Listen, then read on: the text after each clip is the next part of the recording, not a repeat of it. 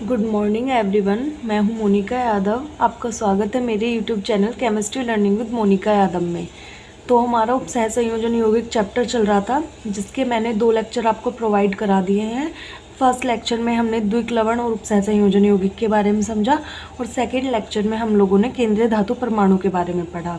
आज का लेक्चर आपका लिगेंड है। हम लिगेंड की परिभाषा के साथ साथ उसका वर्गीकरण जितने आधारों पर है वो भी आज के लेक्चर में सीखेंगे। लेकिन इस लेक्चर में काफ़ी डिले हो गया है, तो पुराना जो लेक्चर था वो काफ़ी दिन पहले कराया है, इसलिए जो भी इस चैप्टर में मैंने सिखाया है मैं उसको एक बार रिवाइज करा देती हूँ, जिससे कि आपको कोई भी दिक्कत ना आए लिगेंड को समझने में। ठीक है बच्चों? तो बच्चों कुछ टॉपिक जो अब तक मैंने कराए हैं उनके मैंने यहाँ पे नाम लिख दिए हैं। द्विक लवण उपसह संयोजन यौगिक जो पहली क्लास में कराया था, और ये सेकंड क्लास में कराया था केंद्रीय धातु परमाणु। आज आपकी थर्ड क्लास है, जिसमें हम क्या पढ़ेंगे, लिगेंड के बारे में पढ़ेंगे। तो बच्चों जो द्विक लवण होते हैं ना, ये क्या होते हैं, ये पानी में डीएसोसिएट होने के बाद अर्थात जल में घुलने के बाद आपको केवल और केवल सिंपल आयन देते हैं।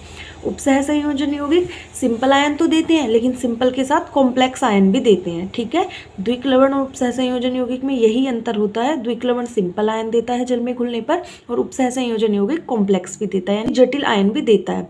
सो बच्चों, अगर आपको कंप्लीट वीडियो चाहिए तो वो मैं बना चुकी हूँ, आप वहाँ से देखिए अगर आपने अभी तक लेक्चर नहीं देखा है। और अगर देख लिया होगा तो ये एक बार रिवाइज करा रही हूँ, ताकि आपको लिगेंड में दिक्कत ना आए। ठीक है, तो उपसह संयोजन यौगिक क्या देता है, simple ion plus complex ion.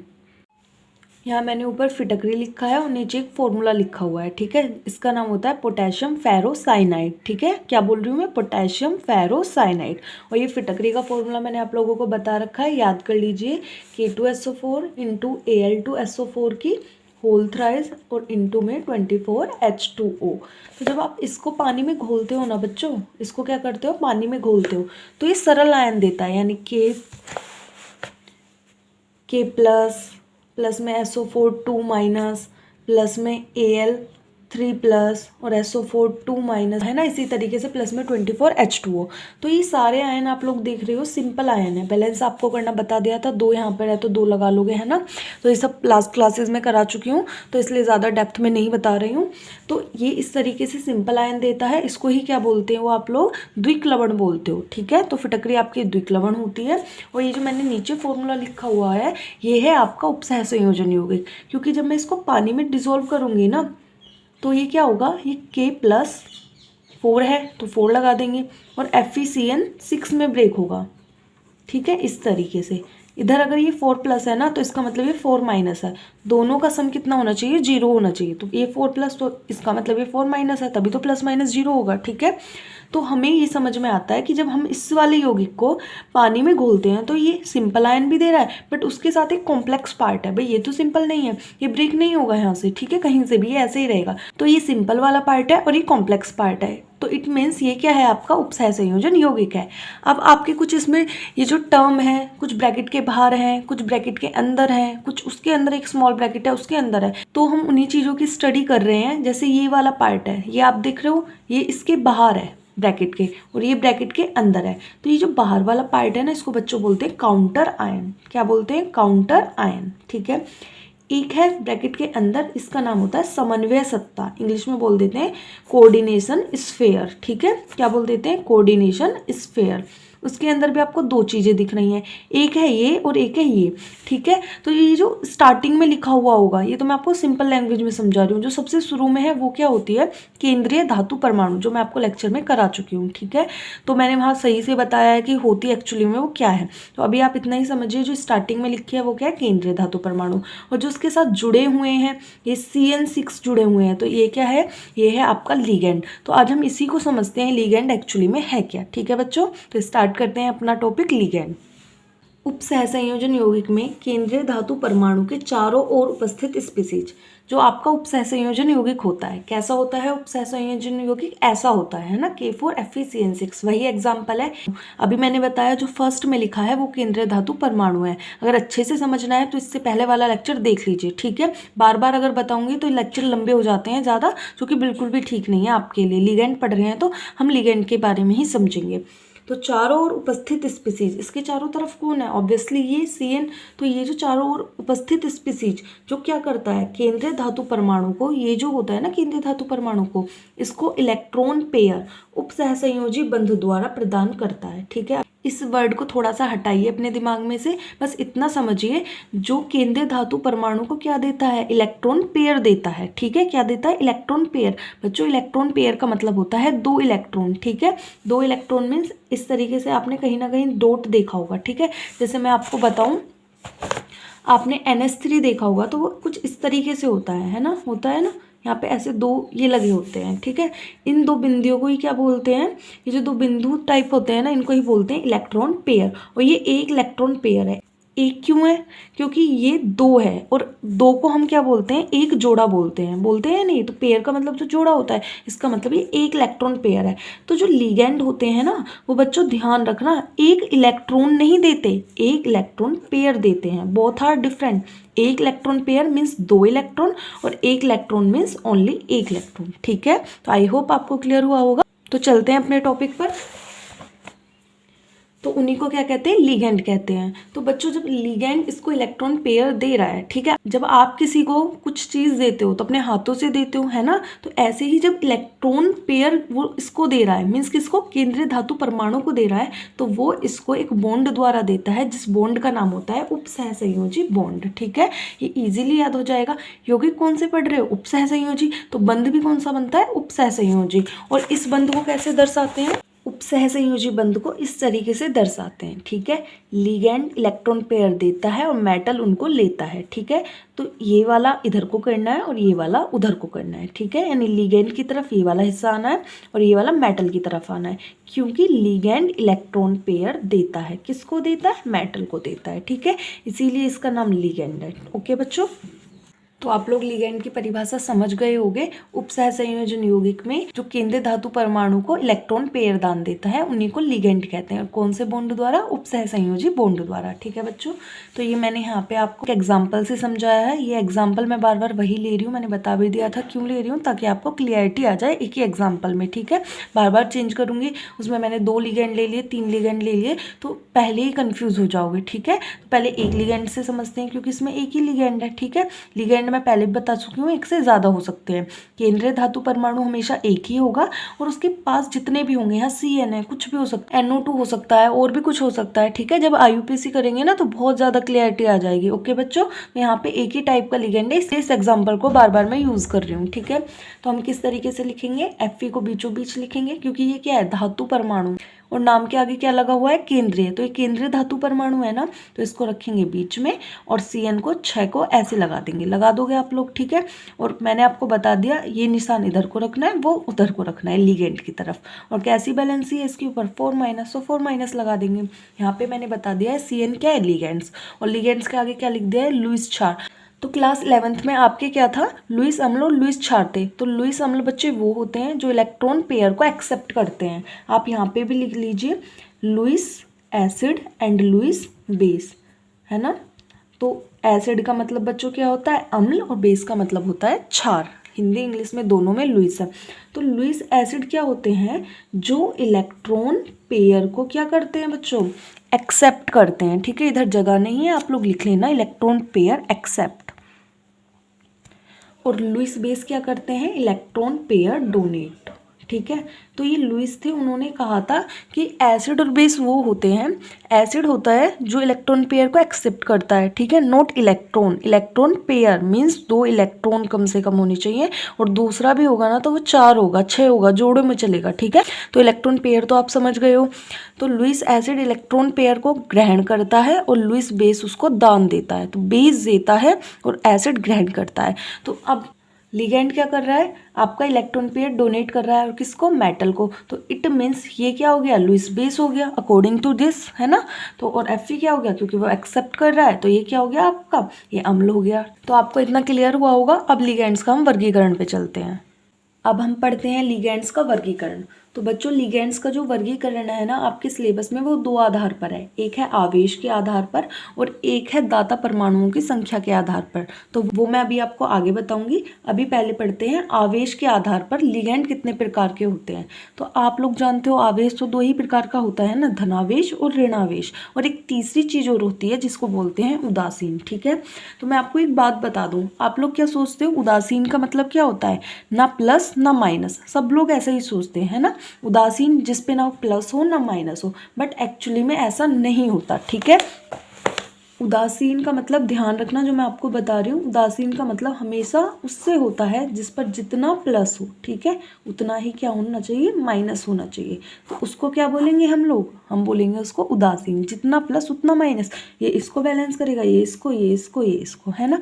ऐसे मान लो यहाँ पे 3 प्लस है, यहाँ पे 3 माइनस है, तो ये कितना आ जाएगा? 0 आ जाएगा। ठीक है, तो हमें क्या समझ में आया? उदासीन का मतलब होता है जितना प्लस उतना माइनस, उस चीज़ को उदासीन बोलेंगे।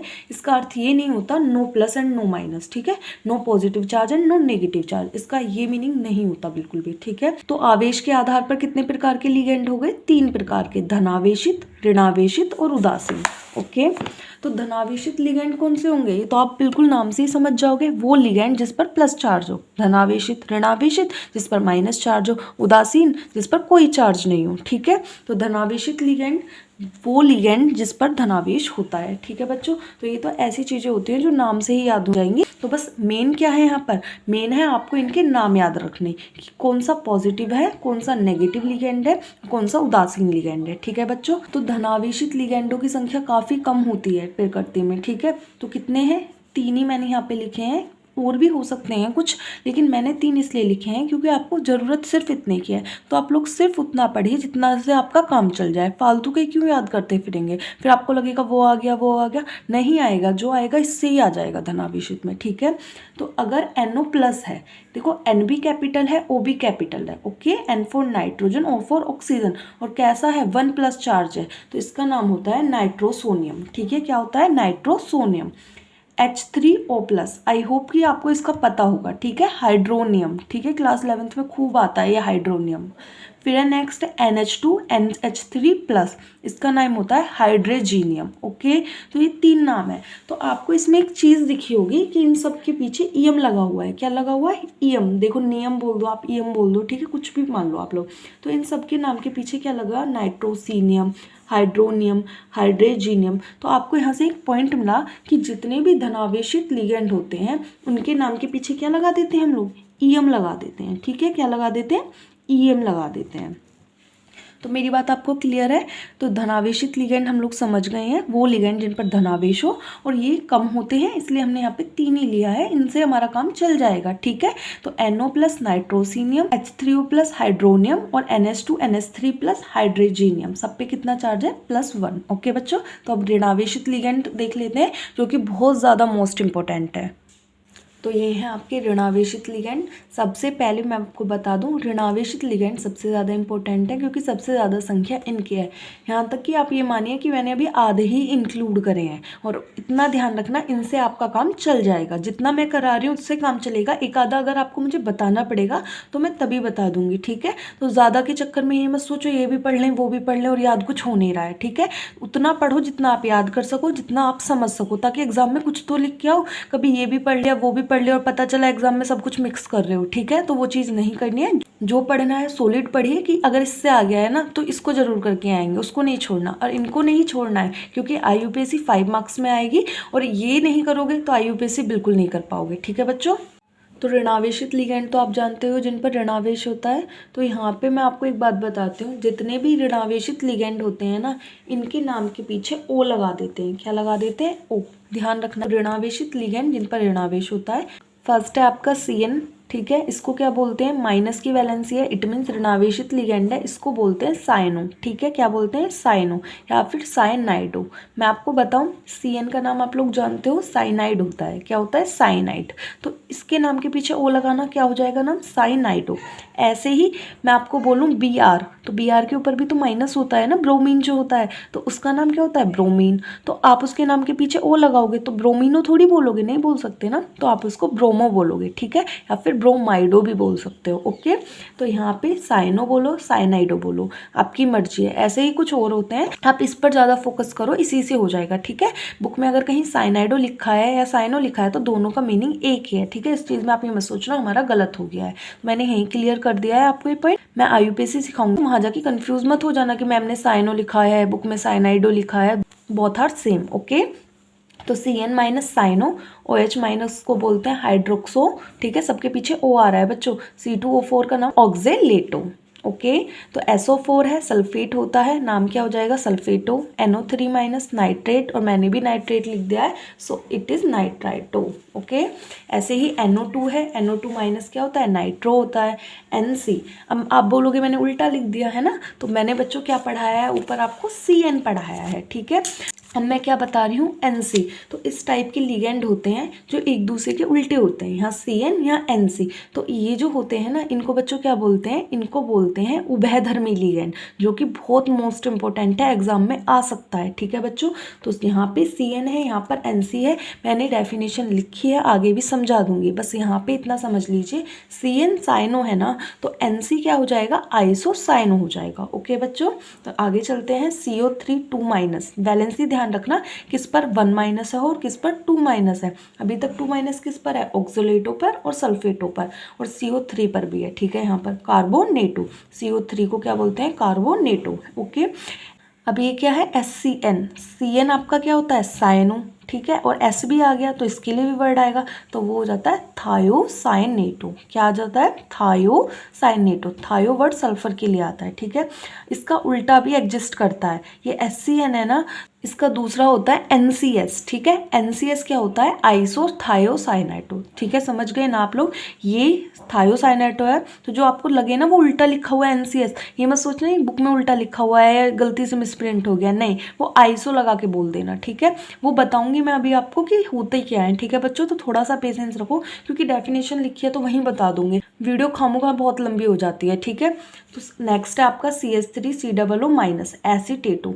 वैलेंसी फिर से बता देती हूँ, वैलेंसी पर ध्यान देना है, किसके ऊपर -1 है और किसके ऊपर 2 माइनस है, या कौन पॉजिटिव है या कौन न्यूट्रल है। ओके, नेक्स्ट है आपका Cl माइनस, इसका नाम है chloro, Br minus bromo, H minus hydrido. ठीक है, हाइड्राइडो। ओके, हाइड्रो भी बोल सकते हो, बट ये ज़्यादा बेटर है। ठीक है, अब ये मत बोलना मैंने ऊपर साइनो कहा था, साइनाइडो, आप उसमें कर सकते हो, इसमें हाइड्राइडो ज़्यादा बेटर है, बुक में ज़्यादातर ये मिलता है, मैं इसलिए बोल रही हूँ बच्चा। ठीक है, आई मीन्स आइडो, आइडाइडो भी कर सकते हो, बट आइडो भी बेस्ट है। ठीक है, अब आ जाते हैं अपने उदासीन लिगेंड पर।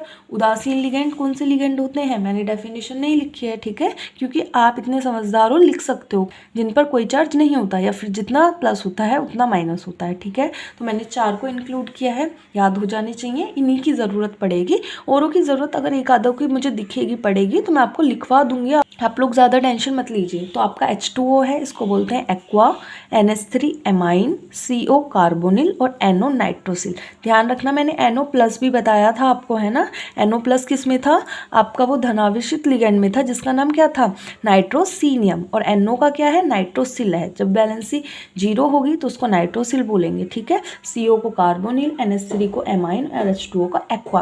प्लस में EM लग जाता है, माइनस वालों में क्या लग जाता है, O लग जाता है, और उदासीन लिगेंड्स में कुछ नहीं लगता है। ठीक है बच्चों, अब लिगेंड्स का एक और वर्गीकरण है, उसको और देख लेते हैं। लिगेंड्स का वर्गीकरण दाता परमाणुओं की संख्या के आधार पर। लिगेंड क्या होते हैं, जो केंद्रीय धातु परमाणु को इलेक्ट्रॉन पेयर देते हैं, तो यानी वो कितने इलेक्ट्रॉन पेयर देंगे, 1 देगा तो उसको क्या कहेंगे, 2 देगा तो उसको क्या कहेंगे, 3 देगा तो उसको क्या कहेंगे। कितनी सिंपल सी बात है। ठीक है बच्चों, यानी लिगेंड्स अब सब तो एक से नहीं होंगे। मान लो CN 1 इलेक्ट्रॉन पेयर दे रहा है, तो सबके सब 1 इलेक्ट्रॉन पेयर थोड़ी देंगे, हो सकता है किसी की प्रॉपर्टीज 2 देने की हो, है ना, हो सकता है किसी की 3 देने की हो, वो तो आप जानते हो उनकी प्रॉपर्टीज होती है कि उन्हें क्या करना है, वो किसी को देख के थोड़ी चलते हैं। ठीक है, तो ये होते हैं आपके एक दंतुक, द्विदंतुक, त्रिदंतुक और बहुदंतुक। ओके, इंग्लिश में बोल देते हैं यूनिडेंटेट, बाइडेंटेट या फिर डाइडेंटेट, इसको ट्राइडेंटेट और इसको पॉलीडेंटेट। ठीक है बच्चों, नाम से ही क्लियर हो जाएगा। एक दंतुक जो 1 इलेक्ट्रॉन पेयर किसको दे, केंद्रीय धातु परमाणु को दे।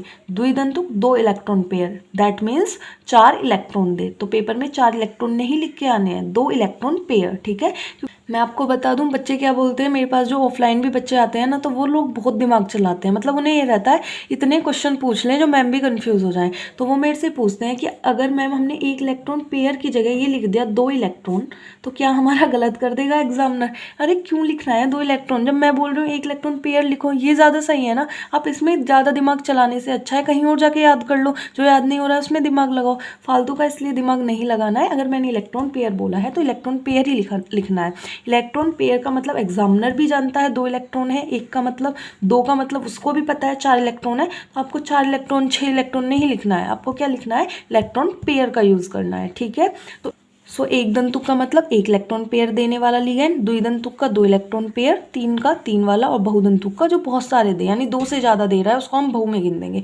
4 दे रहा है तो ऐसे चतुर्दंतुक कर देंगे, 5 दे रहा है पंचम दंतुक कर देंगे। तो करते ही थोड़ी रहेंगे, जो 2 से ज़्यादा देता है ना बच्चों उसको बहु में गिन देते हैं। ठीक है, तो एक बार डेफिनेशन से देख लेते हैं, वैसे तो आपको समझ आ गया होगा। ओके, तो फर्स्ट वाले को देखते हैं, एक दंतुक। वह लिगेंड जिनके पास केवल एक दाता परमाणु होता है उसे एक दंतुक लिगेंड कहते हैं। वो वाला लिगेंड जिसके पास क्या होता है, केवल एक दाता परमाणु होता है। ठीक है, एग्जाम्पल है H2O, Cl minus, OH minus, NO plus, H3O plus. ठीक है, 1-2 को याद कर लेना एग्जाम्पल में नोट करने के लिए। ठीक है बच्चों, तो ये लिगेंड धनायन, ऋणायन तथा उदासीन भी हो सकते हैं। एक दंतुक लिगेंड कोई से भी हो सकते हैं, वो धनायन भी हो सकते हैं, ऋणायन भी और उदासीन भी। अब आ जाते हैं द्विदंतुक। वे लिगेंड जिनके पास 2 दाता परमाणु होते हैं, इनके पास क्या होते हैं, 2 दाता परमाणु होते हैं। ठीक है, इन्हें क्या कहते हैं, द्विदंतुक लिगेंड कहते हैं। जैसे एथिलीन डाइएमाइन और ऑक्सलेट, इनके पास क्या होता है, इनके पास 2 दाता परमाणु होते हैं। ठीक है, यानी कि ये क्या देते हैं, 4 इलेक्ट्रॉन देते हैं, 2 इलेक्ट्रॉन पेयर देते हैं, मीन्स 4 इलेक्ट्रॉन देते हैं। यहाँ पे आप देख सकते हो ना, ये N, यहाँ पे भी N। ठीक है ना, तो कितने कितने, 2-2 हैं इनके पास। ओके, तो मैंने ये ओपन करके लिखा है बच्चों, इससे बिल्कुल भी मत घबराना कि क्या लिखा हुआ है मैंने। ठीक है, बस देख के आप लोग डरते हो, है कुछ नहीं है। तो ये क्या है, इसका कॉमन नेम है एथिलीन डाइएमाइन, और इसका ही IUPAC नेम होता है एथेन 1,2 डाइएमाइन। ठीक है, तो बच्चे इनमें भी कंफ्यूज हो जाते हैं कि हाँ कहीं ये लिखा है, हमने ये लिखा है, तो गलत तो नहीं होगा। आप इसको लिखो, इसको लिखो, बिल्कुल गलत नहीं होगा। और ये जब आप IUPAC करोगे ना, तो ये पता है कैसे लिखा मिलेगा, EN ब्रैकेट में। आपको खुद ही लगाना है कि ये एथिलीन डाइएमाइन है, या फिर इस नाम को लिखो आप। ठीक है, नेक्स्ट है आपका ऑक्सलेट। तो ऑक्सलेट क्या होता है, इसका फॉर्मूला C2O4 और 2-। ठीक है, बस इतना ध्यान रखिए, मैंने ओपन करके लिख दिया है, बाकी घबराना नहीं है बिल्कुल भी। याद हो जाए तो सही है, वरना एथिलीन डाइएमाइन का ये दूसरा नाम याद कर लीजिए और EN याद कर लीजिए, बस ऐसे इसका ये नाम, इस स्ट्रक्चर से आपको कुछ नहीं लेना है। अब आ जाते हैं त्रिदंतुक लिगेंड। तो जिनके पास कितने दाता परमाणु होने चाहिए, 3 दाता परमाणु होने चाहिए। ठीक है, तो इसका एग्जाम्पल है एथिलीन ट्राइएमाइन। अब एक और रह गया है बहुदंतुक, उसको और समझ लेते हैं। तो ये लास्ट है बहुदंतुक लिगेंड। वे लिगेंड जिनके पास 2 से अधिक दाता परमाणु हों उन्हें सबको किस में गिन देंगे, बहुदंतुक यानी पॉलीडेंटेट में गिन देंगे। ठीक है, तो इसका बहुत कॉमन सा एग्जांपल है EDTA। ये 1-2 एग्जांपल जो है ना बच्चों, इनको तो आपको याद करना है। ठीक है, आपको लगेगा कि मैम हम कैसे याद करेंगे, इतने सारे ऋणावेशित, धनावेशित, और प्लस में अब ये भी आ गए हैं दंतुक वगैरह, है ना। तो बहुत ही आसान है, मैं अभी बताऊंगी, पहले इसको बता देती हूँ। ठीक है, तो EDTA, इसका नाम याद रखना है, कभी कभी पूछ लिया जाता है। ठीक है, ethylene diamine tetra acetate ion, ethylene diamine tetra acetate ion. ठीक है, थोड़ा सा मिस्टेक हो गया है, टेट्रा एसीटेट। ठीक है, आयन आपको लगाना ही है। ठीक है, तो ethylene diamine tetra acetate ion. तो बच्चों ये जो EDTA है ना, ये बहुदंतुक में है, यानी इसमें बहुत सारे दाता परमाणु होंगे। ओके, तो ये आपका बहुदंतुक है। त्रिदंतुक मैंने अभी आपको बताया था एथिलीन ट्राइएमाइन, और द्विदंतुक क्या बताया था, एक ऑक्सलेट बताया था और एक EN यानी कि एथिलीन डाइएमाइन। तो बस इनको याद कर लीजिए, और कोई सा भी लिगेंड दिखे तो वो कौन सा है आपका, वो है आपका एक दंतुक लिगेंड। ठीक है बच्चों, तो आप बहुदंतुक, त्रिदंतुक और द्विदंतुक को याद कीजिए, बस एक दंतुक को याद मत कीजिए, जो ये नहीं है वो एक दंतुक है सारे के सारे, ऐसा समझिए। ठीक है, अब आ जाता है आपका कीलेट लिगेंड। तो बच्चों मैं देखो इनका लेक्चर एक तो आपको अलग से बना के दूंगी, ये बहुत ज़्यादा इंपॉर्टेंट है। साथ में मैं आज ही करा दे रही हूँ, क्योंकि मैं चाह रही हूँ जितने भी लिगेंड आपकी बुक में है वो मैं एक लेक्चर में ही करा दूँ, तो आपके सारे लिगेंड आज खत्म हो जाएंगे। ध्यान रखना, ये कोई से वर्गीकरण में नहीं आता, ना तो ये दाता परमाणु वाले में है और ना ये आवेश के आधार वाले में, ये अलग से लिगेंड है। ठीक है, जिसका नाम है कीलेट लिगेंड। तो एग्जाम में कभी कभी पूछ लिया जाता है कीलेट क्या है, कीलेट लिगेंड क्या है, या कीलेशन क्या है, और इस कीलेट को चीलेट भी बोल देते हैं। ठीक है ना, तो चीलेट कीलेट समझ जाना आप लोग। ओके, तो बहुत बहुत ही आसान है, बिल्कुल भी घबराना नहीं है। आपको सेपरेट वीडियो भी मिलेगा और यहाँ पे भी समझाया जा रहा है। कोशिश तो हर जगह अपना 100% देने की करती हूँ।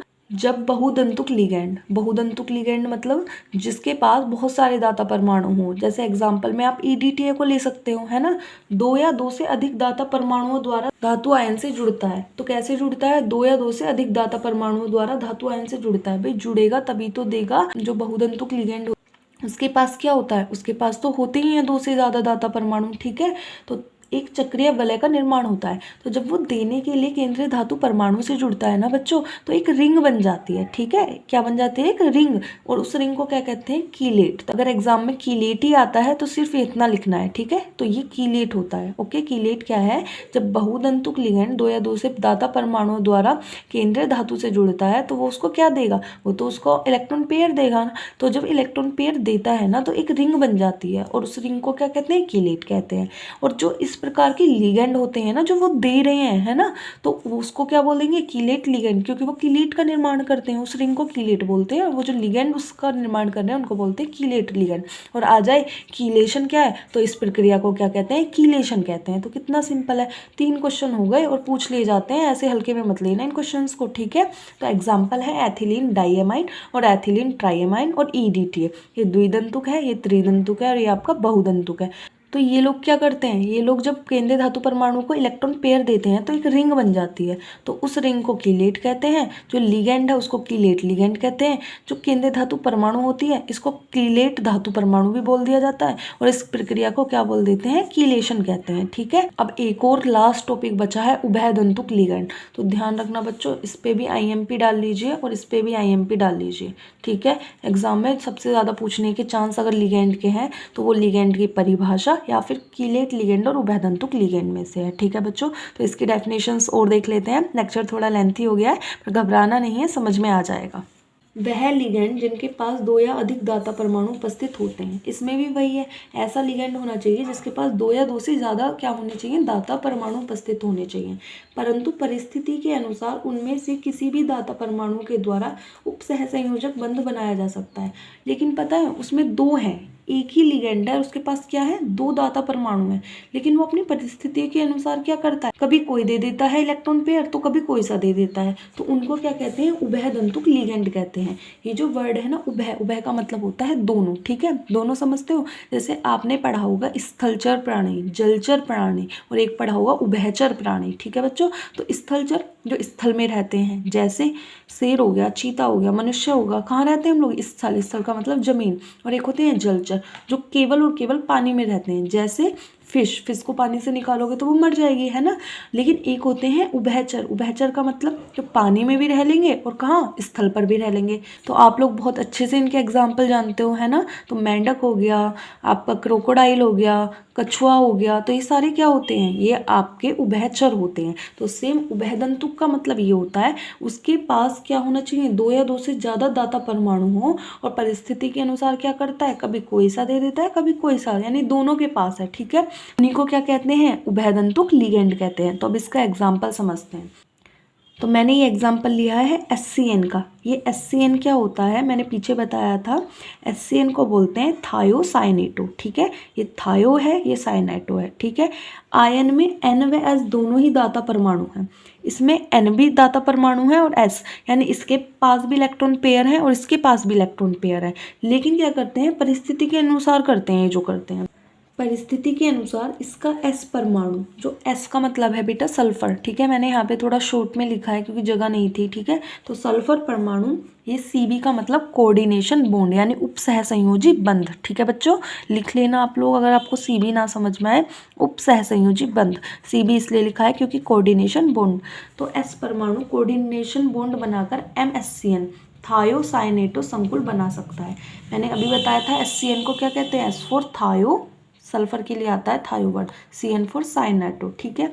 अगर इसमें से S देगा इलेक्ट्रॉन पेयर तो क्या बनेगा? ये M फॉर मेटल, MSCN बन जाएगा। यानी मेटल को S दे रहा है तो इसको इसके पास रखना है, तो इसका नाम होता है थायोसाइनेटो, ठीक है। लेकिन अगर N देगा तो वो क्या बन जाएगा MnCS। तो मैंने कहा जब उल्टा हो जाए तो आइसो लगा देना है, ठीक है। तो आइसोथायोसाइनेट संकुल बना सकता है। समझ में आया। उभयदंती लिगेंड वो लिगेंड होते हैं जिसके पास दो दाता परमाणु हों, यानी N भी है और S भी है। परिस्थिति के अनुसार अपने आप को ये एडजस्ट करेंगे। अगर S देगा तो SCN बनेगा और अगर N देगा तो NCS बनेगा। तो जब S देगा तो उसको बोलेंगे थायोसाइनेटो और NCS बनेगा यानी N देगा तो आइसोथायोसाइनेटो। और क्या देते हैं लोग, इलेक्ट्रॉन पेयर। ऐसे ही आपका NO2 का होता है। NO2 में भी दो चीज़ें होती हैं, एक बार N देता है और एक बार O देता है। तो जब N देता है तो NO2 बनता है, इसको कहते हैं नाइट्रो। क्या कहते हैं, नाइट्रो। और जब O देता है तो ONO बनता है, इसको बोलते हैं नाइट्राइटो। तो ये भी याद रखना है, नाइट्राइटो। ओके बच्चों। ऐसे ही आपका CN का हो गया। तो इसी तरीके से बहुत सारे एग्जाम्पल्स होते हैं, सबको कराना पॉसिबल नहीं है, तो मैंने 2 एग्जाम्पल करा दिए हैं। एग्जाम में भी आपको लिख के ऐसे ही आना है। तो बच्चों यही आज का लेक्चर था जिसमें हमने लिगेंड कंप्लीट कर लिया है। चाहे आपके दाता परमाणु के आधार पर हो, चाहे आपके आवेश के आधार पर हो, चाहे आपके अलग से हो। ठीक है बच्चों, अलग से सेपरेट वीडियो भी दोनों टॉपिक पे बना दूंगी, इन दोनों पे, कीलेट पे और उभयदंतों। एग्जाम अब आपकी जल्दी में ही है, तो पढ़ाई पे ध्यान दीजिए। कोई चीज़ ना समझ में आ रही हो तो मुझे कमेंट कीजिए। वीडियो पसंद आ गई हो तो लाइक कर देना, मेरे चैनल को सब्सक्राइब कर देना और अपने फ्रेंड के साथ वीडियो को शेयर कीजिए। Thank you.